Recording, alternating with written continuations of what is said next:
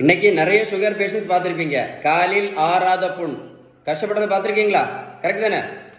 இது யார் யாருக்கு எந்தெந்த சுகர் பேஷண்ட்ஸுக்கு ரொம்ப ஜாஸ்தியாக வருது அப்படின்னா, எந்தெந்த சுகர் பேஷண்ட்ஸ் எல்லாம் பேலன்ஸ்டு டயட்டை ஒழுங்காக கடைபிடிக்கலையோ, எந்தெந்த சுகர் பேஷண்ட்ஸ் எல்லாம் பேலன்ஸ் டயட்டை கடைபிடிக்கலையோ அவங்களுக்கெல்லாம் என்ன ஆகுதுன்னா அப்படின்னா இன்சுலின் ரெசிஸ்டன்ஸ் சரி ஆகலை. இந்த இன்சுலின் ரெசிஸ்டன்ஸ் சரி ஆகாதனால என்ன ஆகுது? ரத்தத்தில் சுகர் அளவு ஜாஸ்தி ஆகுது. ரத்தத்தில் சுகர் அளவு ஜாஸ்தி ஆகிறதுனால இந்த ஆபத்தான சார்பிட்டால் இது ரத்தத்தில் ஜாஸ்தி ஆகுது. இதை எழுதி வச்சுடுங்க.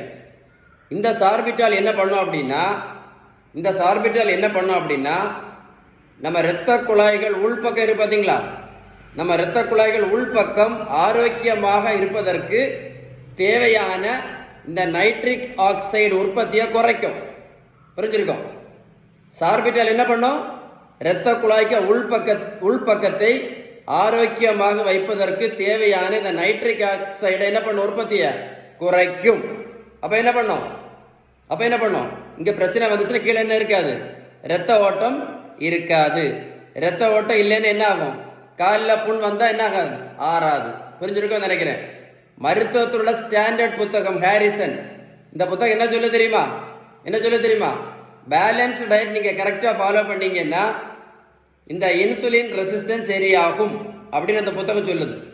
இந்த இன்சுலின் ரெசிஸ்டன்ஸ் சரியாயிடுச்சுன்னா இந்த சார்பிட்டால் என்ன ஆகும்? பிரச்சனை சரியாகும். இது சரியாச்சுன்னா நைட்ரிக் ஆக்சைடு உற்பத்தி சரியாகும். இது சரியாயிடுச்சுன்னா காலுக்கு உள்ளால இரத்த ஓட்டம் நல்லபடியாக குணமடையும். அப்போ என்னாகும்? அப்போ மட்டும்தான் காலில் உள்ள புண் என்னாகும்? படிப்படியாக குறைய ஆரம்பிக்கும். இல்லை அப்படின்னா கண்டிப்பாக காலில் உள்ள புண் ஆறாது அப்படின்னு யார் சொன்னா? இந்த புத்தகம் சொல்லுது. புரிஞ்சிருக்கும் நினைக்கிறேன். உங்களுக்கு பேலன்ஸ்டு டயட்டை பற்றி ஏதாவது டீட்டெயில்ஸ் வேணும்னா கால் பண்ணி பேசுங்க. இல்லைன்னா கமெண்ட்ஸில் GOOD குட் அப்படின்னு டைப் பண்ணுங்க. நான் கண்டிப்பாக ரிப்ளை பண்ணுறேன். இது ரொம்ப முக்கியமான வீடியோ. உங்களுக்கே தெரியும்னு நினைக்கிறேன். எவ்வளோ பேர் காலில் புண்ணு ஆறாமல் காலை விரல வரைக்கும் வெட்டி எடுக்கிறாங்க. இந்த வீடியோ நீங்கள் ஷேர் பண்ணீங்கன்னா நிறைய பேருக்கு யூஸ்ஃபுல்லாக இருக்கும். சரியா? மறந்துடாதுங்க. எதை மறந்துடாதுங்க?